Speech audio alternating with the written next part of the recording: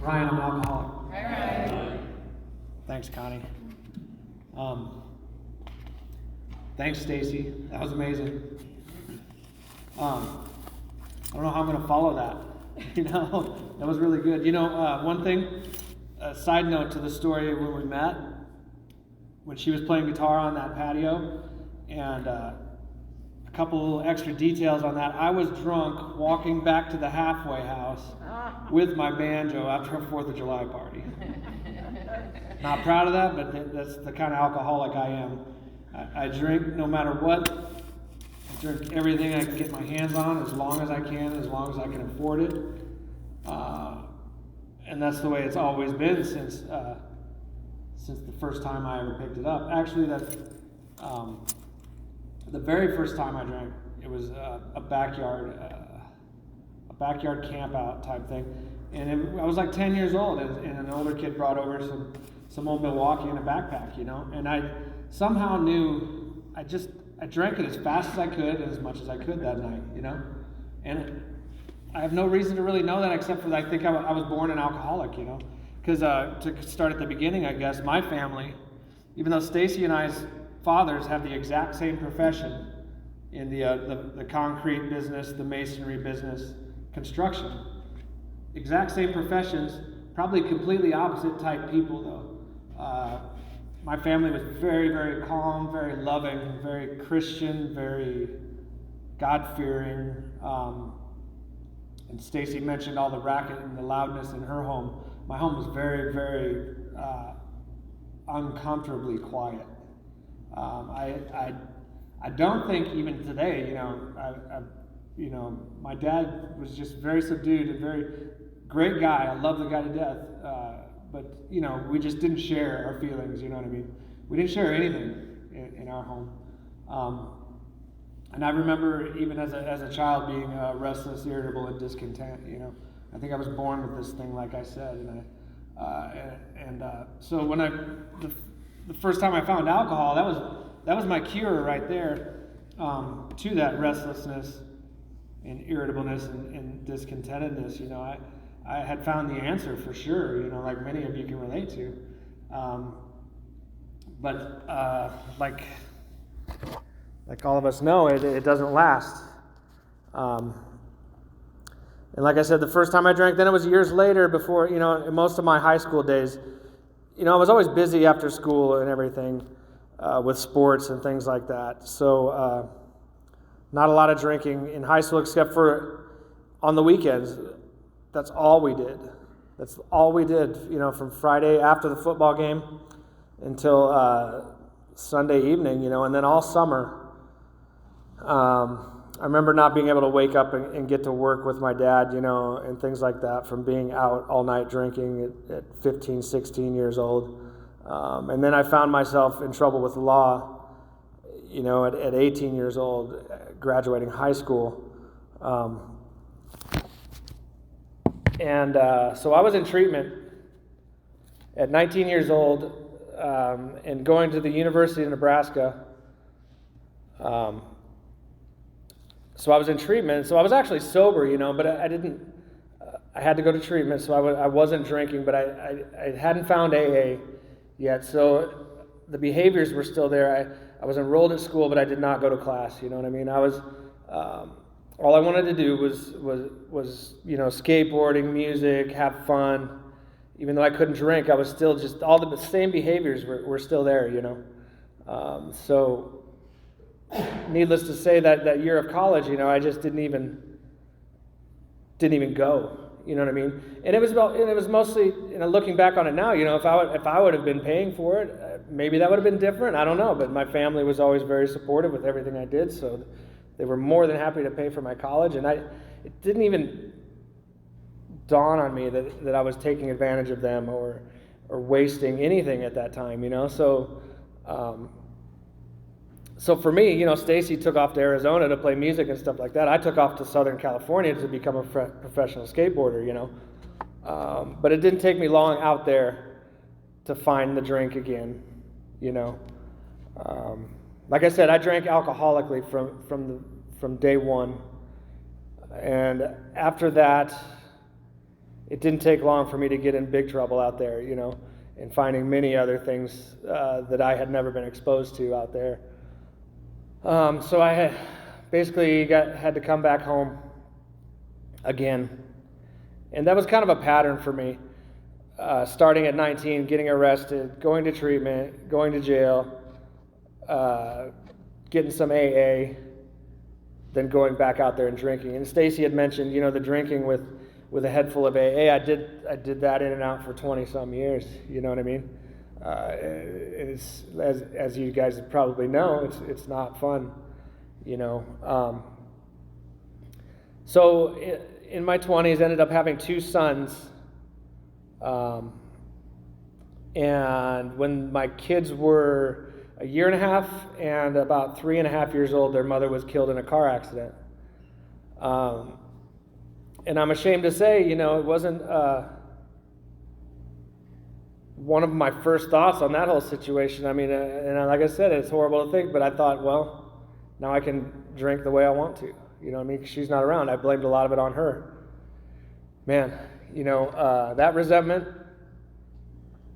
stuck with me for a long, long time against her, and she wasn't even on this earth. She haunted me from the grave for many years because of my messed up alcoholic thinking. You know what I mean? That was my thought, and I drugged those kids through hell, for those years until I couldn't do it anymore. And thank God, then, like I said, the cycle of me getting arrested, thrown in jail, blah, blah, blah. My parents were always there to pick up the pieces, you know what I mean? And eventually they just had to take over and take the kids, you know what I mean? Still, it didn't even, didn't dawn on me that I was the problem. I thought everybody else was the problem. I thought everything else was the problem, So I guess, the evening of my last drunk, I woke up and Stacy had mentioned, she was gone. Everybody else was gone. It was the morning after our youngest son's graduation party. And I say our youngest sons because Stacy has been the only mother that my kids have really known for the last 10 years, So the morning after that last drunk, I had been in and out of AA, like I said, for quite a few years. So I knew right where to go. And I woke up that morning and something was different. You know what I mean? I knew something was different. And I think I maybe said the first real prayer that I've ever said in my life. And I had no reason to think that anything was going to be okay. But I realized things were probably going to be okay, but I had to go to AA, And there had been a guy in AA all these years I'd been going in and out. And I just really hoped he was going to be there. And sure enough, he was sitting there, And I tell you what, this guy, his name was Glenn. He's passed away now. One of those people in AA, that just have that aura. Been sober a lot of years, shares the message, just a glowing human being. And I reached out and I asked for help for the first time ever. And you know what it's like when someone does that now. I get it now. It's like he was tickled. I was like, yeah, of course I'll help you. You can call me anytime. Let's go through these steps. But what Glenn did, instead of, we went through the book a little bit. What Glenn did for me is he would put us in the car, and with other alcoholics, and we'd drive to these meetings 20, 30 miles away from our hometown. And we'd talk, and then sometimes it would be just me and him, and we'd talk, and I would share these things on my 4-step list with him, and we would talk about it, doing a 5th step, and those resentments just slowly slipped away from working with him, and I'm so grateful for him. And it was a real shock when he got sick and he was dead in a matter of weeks. He was just, all of a sudden, he was just gone, But like it says in the big book, that's one of the reasons I try to sponsor as many people as I can back home, because to honor him, and it says that in the big book somewhere. And there's a couple other reasons why we do it, because it's a joy is one of them. I've found it's an absolute joy to share this message with whoever wants to hear it, I guess, and to honor the people that showed me. So I'm definitely the product of good sponsorship, and I'm just forever grateful for that. My sponsor right now, he kind of did the same thing with me, but he started taking me to the treatment centers, and so we do that about he can't do it anymore because he's 89 years old and he can't do those things anymore. So, but we go to the treatment centers and we share this message of the 12 steps, and that's how I stay sober today. I go to a lot of meetings. Like we mentioned earlier, in true alcoholic fashion, I live in Nebraska. My wife lives in Scottsdale, and I'm back and forth, and she's back and forth. For now, we don't know what the future's going to bring. Who knows? I've found a home out here. I feel like I've got two home groups. The BYOC group in the park over there is an incredible meeting, and my friends that I've met there, I'm just so grateful for all of them. And my group's back in Norfolk. I just feel so blessed today because of this, because of Alcoholics Anonymous. Because I know exactly where I'd be without it. I'd either be in that horrible cycle of getting in trouble, drunk, whatever, or dead, And I don't want to miss anything more in my life, I guess, is the main reason AA is giving me a purpose in life. It's the most important thing in my life that it's taught me how to live, basically, because I truly do realize that I wouldn't have anything today if it weren't for AA and the 12 steps and the fellowship. And what I've learned is that there's two powers at AA, and one is the power of the fellowship, which is what I really clung on to the last time I got sober. And that kept me going long enough to find the power from the spiritual awakening at the end of the 12 steps. So those two powers is what keep me sober every single day. And my friend Jeff talks about a higher power, and he says that, and this makes sense to me. He says that, the higher power is anything that inspires me to make good choices. And then he talks about, the police. If that's going to inspire me to make good choices, it's a higher power. So if you're searching for a higher power, it doesn't have to be the God thing for you. You know what I mean? It can be whatever you choose. I still think of my God as the great outdoors many times. But I do believe in that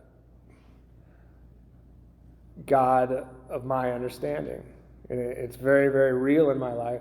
And that's the one thing that I was missing all of those years of just complete self-centered behavior with my drinking and using. And in the end, that's all it was. I had actually found something that cured that uneasiness inside of me, but then, like we know, it doesn't take long before that just tears us apart. So anyway, it's my first time ever in the Phoenix area was, 3 months ago? I remember driving through here one time, though, on the way to California, though, and I thought I was going to die in my Volkswagen.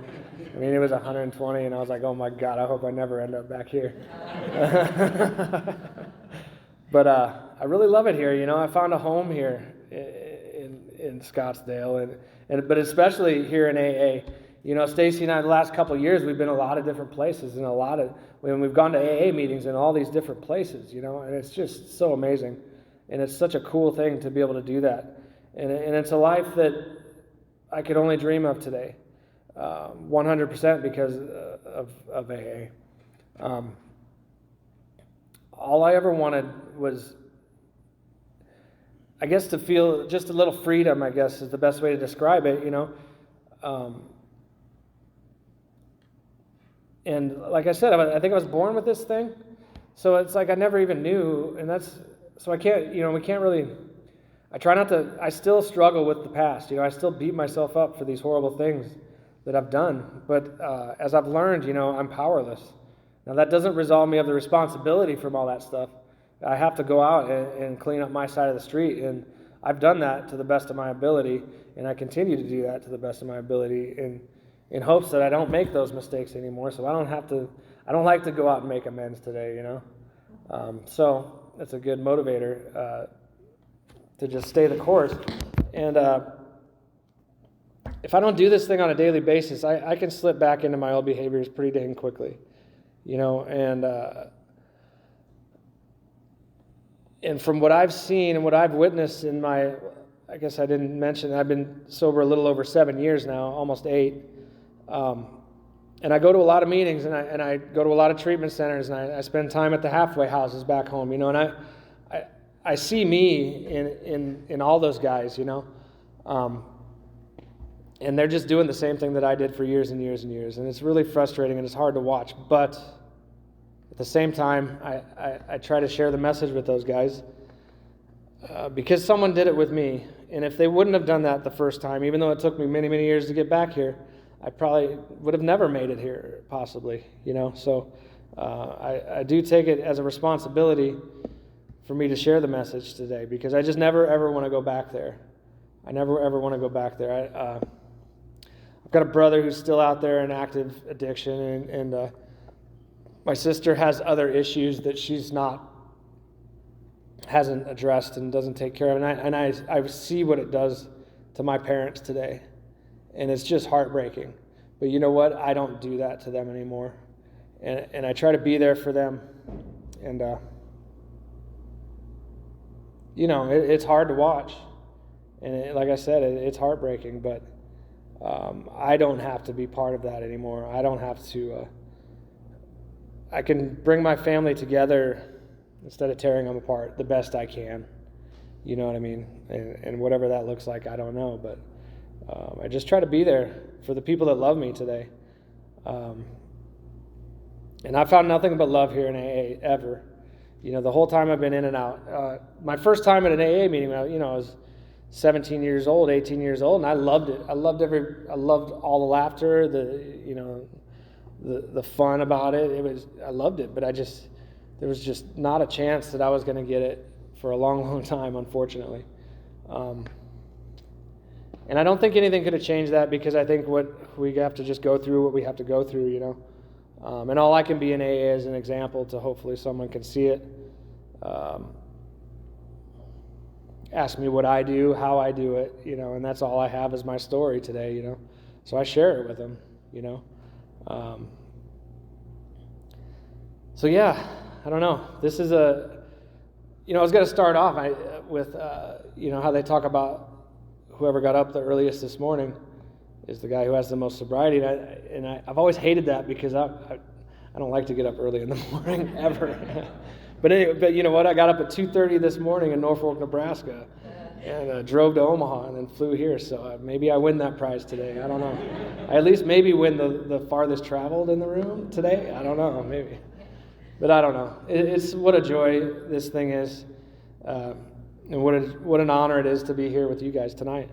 And I think that's all I got. Thanks.